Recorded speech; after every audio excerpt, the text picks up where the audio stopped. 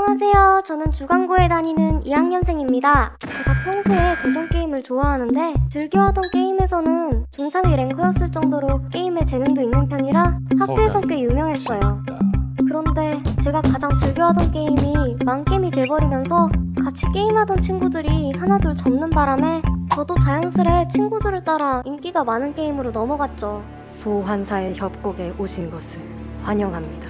다른 게임은 금방 익숙해지는데 이 게임은 어렵더라고요. 오기가 생겨서 잠도 줄여가면서 연습하던 어느 날이었어요.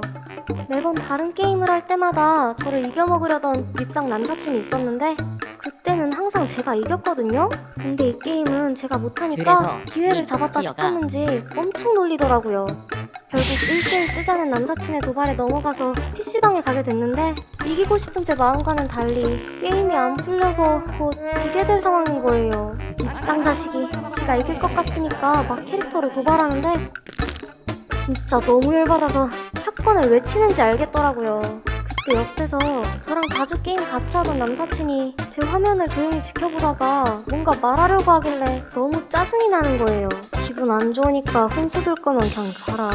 이렇게 말했더니 갑자기 백허그 하듯이 키보드랑 마우스 위에 있는 제 손을 잡더니 기적이 일어났어요. 제가 한두 대 맞으면 죽는 피였는데 한 대도 안 맞고 이기더라고요. 그리고는 남사친이 골따기 주제에 나대니까 좀 열받는다. 그렇게 말하곤 가버리는데 살짝 설렜? 나중에 알고 보니 얘가 우리 학교의 유일한 마스터였대요. 광진구 제드 장인이래나 뭐래나. 아무튼 그 이후 제가 그 밉상한테 지는 게 보기 싫다면서 그 친구가 1대1 강의를 해줬고 그한테 속성으로 강의받았더니 밉상이 바로 갈라버리고 2달 만에 플레이에 왔답니다. 그 마스터 남사친이랑 썸 타는 중인 건 안 비밀. 저희 집은 동네에서 마트를 운영하고 있어요. 저도 주말이면 종종 바쁜 부모님을 도와 마트 일을 돕곤 한답니다. 그런데 어린 제가 혼자 카운터를 보고 있는 날이면 만만해 보여서인지 유독 진상을 부리던 손님이 있었어요. 하루는 3만원 상당의 샤인머스켓을 구매하신 손님이 맛이 이상하다며 환불을 요청하셨는데 가져온 머스켓을 보니 세상에 이미 절반 이상을 먹고 몇 알 남아있지 않은 거예요. 맛을 봐도 문제가 없어서 멀쩡한 것 같다고 했더니 입기문을 하며 막무가내로 따지셔서 어쩔 수 없이 환불을 해드리고 말았어요. 하지만 그게 실수였나봐요. 배, 천혜향, 애플망고 등등 비싼 과일들만 귀신같이 골라사가 반절 이상을 먹곤 갖은 이유를 대며 환불을 요구하기 시작한 거예요. 원래 신선식품은 공산품과 달리 품질의 차이나 변화가 크다 보니 클레임이 자주 들어오는 편이긴 해요. 그렇지만 저희 마트는 아빠가 직접 본가에 찾아가 엄격하게 골라서 직접 들여오시기 때문에 품질 면에서는 자신 있었는데 너무 속상했어요. 또 결제할 때마다 제가 아빠 딸인 걸 모르는지 사장과의 친분을 어필하면서 할인이나 덤을 요구하고 정육 코너 이모님이 주신 간식들도 말없이 집어먹어서 배로 스트레스를 받았죠. 이건 너무한 거 아니냐고. 그러던 중 일이 터지고 말았어요. 그날도 진상 손님에게 어김없이 수박 속이 썩어있다는 전화가 걸려왔는데 이번엔 반도 아니고 다 먹고 남은 수박 껍질만 들고 오신 거예요. 속이 썩었다며 흰살까지 싹싹 긁어먹는 게 말이나 되는 건가요? 이번엔 정말 안 된다며 단단히 못 박으려고 했지만 실랑이가 길어지면서 카운터 뒤에 줄 선 손님들도 점차 불만을 표하고 눈물을 머금고 돈통을 열으려던 차에 아빠께서 돌아오셨어요. 제가 항상 이 진상에 대해 얘기했어서 아빠도 상당히 벼르고 계셨거든요. 가만히 진상 손님을 바라보던 아빠는 말없이 계산대 쪽으로 오셨어요. 그리고 뭔가를 꺼내서 진상 손님에게 건네주는데 500원짜리 동전인 거예요.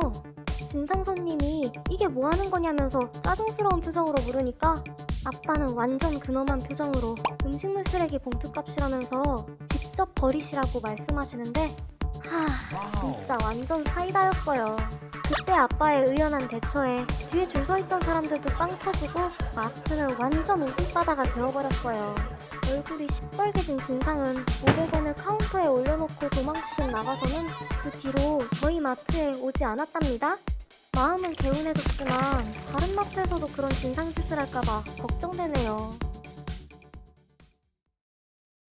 저에겐 6개월 된 남친이 있습니다.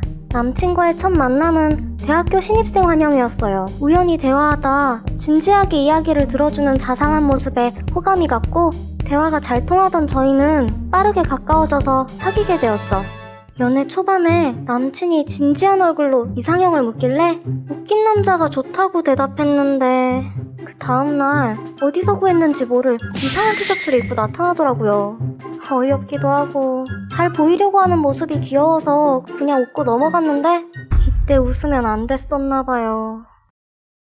그 이후로 이상한 강박이 생겼는지 점점 이상한 아이템들을 착용하고 오기 시작했는데 문제는 이런 아이템들이 학교에서 엄청난 반응을 일으켰고 남친도 띄워주는 분위기에 점점 취해서는 하루가 갈수록 아이템들이 진화하기 시작했어요. 하루는 데이트날 약속 장소에 도착했는데 양말에 빗질을 하고 있길래 뭔가 하고 봤더니 어이가 없어서 정색하면서 웃었는데 남친은 눈치가 없는 건지 제가 웃었다고 마냥 신나면서 더 오버를.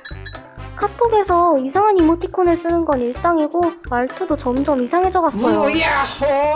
이런 게 헤어질 이유가 되는 건가?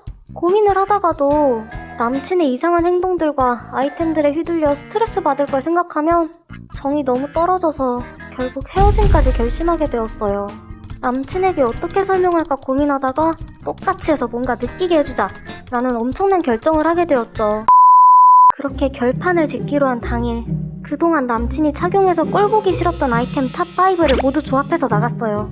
남친을 발견한 저는 당황하는 모습을 기대하면서 남친 쪽으로 걸어가는데 저를 발견한 남친의 표정이 굉장히 밝았어요. 이렇게 질 수 없었어요. 최대한 당황한 티를 내지 않기 위해서 그동안 남친에게 질리도록 들어서 배운 신조어를 남발하기 시작했죠. 그런데 남친이 점점 더 신이 나서는 제 말을 받아치기 시작했어요. 이게 아닌데 점점 내가 뭐하고 있는 건지 현타가 오고 남친의 해맑은 웃음이 왜 이렇게 얄미운지 결국 이성이 끊겼어요. 모르겠어. 모르겠다고! 주소고 너란 인간을 난 모르겠어! 우야호 다음에 왜 신나야 하는 건데? 애초에 우야호가 왜 웃긴 건데? 내가 사준 나이키 모자랑 이 통당 모자 중에 어째서 통당 모자를 고른 거야? 카톡 쓸모없는 선물란에 있는 모자면 쓰지 말란 거 아니야? 통당 모자를 썼을 때 사람들의 시선이 집중되는 그 부끄럽고 부담스러운 감각에 끝내준다는 의미. 그게 뭐야? 그건 그냥 관도 얼간이잖아! 나이키 모자가 더 멋있어! 훌륭하다고! 어째서 쓸데없이 말을 줄이거나 인터넷 용어를 쓰는 거야? 그런 거 써봤자 넌 군대 갔다 온 복학생이야. 신입생들이 네 뒷담을 여친이 나한테 한다고. 무야호. 그거 장난이 너무 심한 거 아니오? 어림도 없다. 그런 짤방 전혀 모르겠다고. 모른다고. 짤에 대한 설명 들어도 재미없어. 그냥 인터넷 많이 하는 사람 같아. 주소고 너가 말하고 입고 행동하는 거 내 남친인데도 뭐 하나도 눈꽃만큼도 전혀 모르겠다고. 남친은 그제서야 벙친 표정으로 저를 바라봤어요. 그리고는 미안하다고 말했어요. 다들 재밌어해서 오버한 것도 있지만 저도 자신의 웃긴 모습을 좋아해준다고 생각했대요. 그래서 저를 웃게 해주고 싶었다고. 자기가 절 너무 몰랐고 생각이 짧았다며 그동안 모아온 아이템들을 다 처분한다는데 헤어질 생각으로 한 말이었지만 그렇게까지 이야기하니까 저도 하지 말라고 진지하게 이야기하고 제 마음을 표현한 적은 없었던 게 생각나더라고요. 그렇게 결국 눈물에 화해를 하게 되었고 그 이후엔 가끔씩은 학교에서 남친과 같이 재밌는 아이템으로 가끔 어울리며 놀기도 하고 서로에 대해서 더 알아가며 맞춰가는 행복한 커플로 지내고 있답니다. 저희 학교 담임선생님은 비교적 젊은 나이에 화려한 스펙으로 인기가 많았습니다. 그런 친구들만큼은 아니지만 저도 당연히 담임쌤을 좋아했어요. 워낙 자상하기도 했고 세대 차이도 안 느껴지고 게다가 미대 진학 준비 중인 저는 종종 선생님의 부탁을 들어주게 되면서 다른 친구들보다 선생님과 더 친해진 것도 있었죠. 나중에 유명해지면 꼭 쌤의 부탁을 가장한 그림 훈련독이라고 하고. 그런데 시간이 지날수록 선생님의 장난이 조금 심해졌어요. 대화하는 중에 은근히 성적인 드립을 던지기 시작하신 거죠. 그림 잘 그린 애들은 오래 앉아있어서 그런가? 엉덩이가 크네. 농담처럼 말씀하셔서 정색하기도 애매하고 그렇게 대충 넘기다 보니 점점 더 그 수위가 심해지기 시작하면서 이젠 스킨십까지. 집중력 좋네. 넘어질 뻔한 거 잡아주면서 은근슬쩍 냄새 맡고 하나한테서 좋은 냄새 난다. 얼핏 들으면 칭찬 같지만 이전 상황들이랑 겹쳐 보이면서 소름이 돋았어요. 결국 선생님과 거리를 둬야겠다고 결심했어요. 하지만 쉽지 않았습니다. 어쨌든 매일 봐야 했고 선생님이 부르면 거절하기도 어려워서 피하기가 쉽지 않았어요. 불려갈 때마다 정말 고통스러운데 그걸 아는지 모르는지 여전히 인기가 많았던 담임쌤 때문에 저는 질투의 대상이 되어 선생님에게 꼬리친 여우라고 소문까지 났더라고요. 그러던 어느 날 방과 후 대청소 시간인데도 저는 담임 선생님이 따로 불러서 미술실에서 학교 표지 작업을 하며 선생님과 단둘이 있게 되었습니다. 최대한 빨리 끝내고 가려고 작업하는데 마침 선생님이 화장실을 가시더라고요. 작업도 끝냈고 빨리 제출하고 가야지 하며 쌤이 앉아있던 컴퓨터 책상에 그림을 두고 가려는데 온갖 알 수 없는 계정들을 팔로우한 모습, 심지어 미성년자 성매매 계정도 팔로우했더라고요. 놀란 것도 잠시 담임쌤에 대한 실체를 어떻게 알려야 할지 고민했습니다. 지금 생각해보면 어떻게 그렇게 침착하고 과감할 수 있었는지 신기하지만 뭐야, 왜 전화해? 뭐? 담임쌤이 급한 일이라고 미술실로 전부 모이래. 뭐야, 쌤 안 계시는데? 거짓말을 해야 했지만 이렇게라도 알려야만 했어요. 너희 여기서 다 뭐...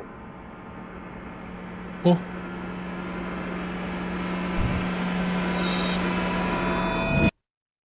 그 이후 담임 선생님은 교육청에 고발되었습니다. 조사하다 보니 다른 반에도 저와 같이 성희롱 당한 친구들이 많았더라고요. 저도 거짓말로 청소 시간에 혼란을 준 것 때문에 벌을 받긴 했지만 하나야, 미안해. 정말 미안. 우리가 미안해. 오해가 풀려서 너무 다행이었어요. 고발당한 담임쌤은 정직 처분을 받은 뒤 학교 복귀가 안 될 가능성이 높다고 들었어요. 심지어 결혼 준비 중이었는데 이번 사건이 터지면서 파혼당했다더라고요. 결혼을 준비 중인 사람이 어떻게 학생들한테 그런 짓을 하고 다닐 수가 있었는지 정말 소름 돋네요. 이런 사람들이 교육자가 되는 일이 없었으면 좋겠습니다.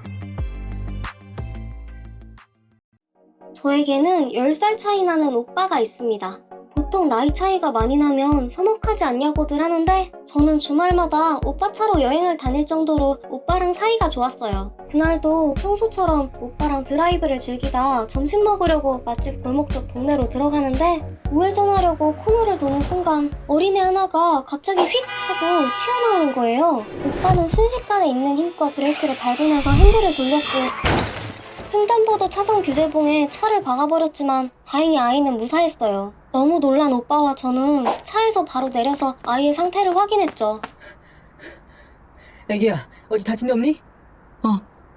아이 씨발 또야 일미식할 수 있었는데 존나 킹받네. 아이는 놀라기는커녕 민식이 놀이 실패라며 순발력 개쩐다고 오빠한테 엄지척을 하고 그대로 도망가는데 이대로 보내면 안 될 것 같아서 아이를 붙잡았어요. 그러자 아이는 자신이 민식이 놀이를 한 거라고 안 치웠으니까 그냥 가던 길 가라고 하더군요. 그제서야 이 상황이 이해가 되기 시작했어요. 민식이법이 생긴 후에 초등학생들 사이에서 차 앞으로 뛰어드는 일명 민식이 놀이가 유행한다고 어디서 주워들었는데 이 아이가 그 행동을 한 것이었습니다. 차로 뛰어드는 놀이라니. 이대로 이 일을 넘기면 안 될 것 같아서 저는 곧바로 경찰을 불렀어요. 이분 보험을 불러야지 우리를 부를 게 아닌데. 아니 경찰 아저씨 저것들이 우리 애가 일부러 차에 뛰어들었다잖아요. 지금 우리 애를 바보로 하는 거야? 아니 지가 운전을 개벽다구처럼 해놓고 이거 살인미수야 이 살인마 자식들아. 생각했던 것과는 다르게 상황은 마치 저희가 잘못한 것처럼 돌아갔어요. 경찰은 저희에게 보험사를 부르라는 얘기만 반복하고 아이의 부모는 오히려 적반하장으로 오빠가 운전미숙으로 애 죽일 뻔해놓고 뻔뻔하게 입을 연이하면서 온갖 욕설을 퍼부었어요. 마구잡이로 나오는 아주머니에 오빠도 화가 많이 나는지 몸이 부들부들 떨리는데 경찰은 제지도 안 하고 이대로 가다간 무슨 큰 사단이라도 날 듯이 분위기가 갈수록 험악해져 가던 도중 건너편에 있던 택시의 문이 덜컥 열리더니 안에 있던 기사님이 저희 쪽으로 걸어오셨어요. 이봐요, 그 아줌마 아들내미가 장난친 거 맞는디? 왜 죄 없는 학생들한테 손찌검이요? 아니 뭐야 이 아저씨? 아저씨가 뭐 보기라도 했어요? 오늘 손님 한 명도 없어가지고 오후 내내 쩌짜게 차대고 있었는데 그 경관님께 블랙박스라도 한번 보여드려요. 봐봐. 아주 그냥 별거 없기만 해봐라. 니들 다 고소야. 학생들 차 앞이 완전 짜부러졌던데 경관님 그건 웃자면 좋대요. 보험은 아주머니께서 부르셔야 할 것 같은데요. 이민혁, 너 이리 안 와? 기사님 덕분에 다행히도 억울한 누명을 풀 수 있었지만 아주머니는 그럼에도 쌍방과실을 말씀하시면서 그냥 넘어가자고 끝까지 우기셨는데 기사님께서 안 되겠다는 듯한 표정으로 인터넷에 올려보겠다고 하시더라고요. 요즘 세상이 얼마나 무서운지 아시죠? 결국 저희는 치료비와 수리비 모두 보상받을 수 있었습니다. 오빠와 저는 택시기사님께 너무 감사한 마음에 저희 집에서 운영하는 식당에 1년치 식사 이용권을 드렸어요. 가끔 기사님이 식사하러 오시면 인사하며 그때 일을 얘기한답니다. 기사님이 안 계셨다면 어떻게 됐을지 정말 상상도 하기 싫네요. 혹시 이 영상을 보는 초등학생 분들이 있다면 인식이놀이 같은 위험한 행동은 하지 말라고 말하고 싶네요. 꼭이요.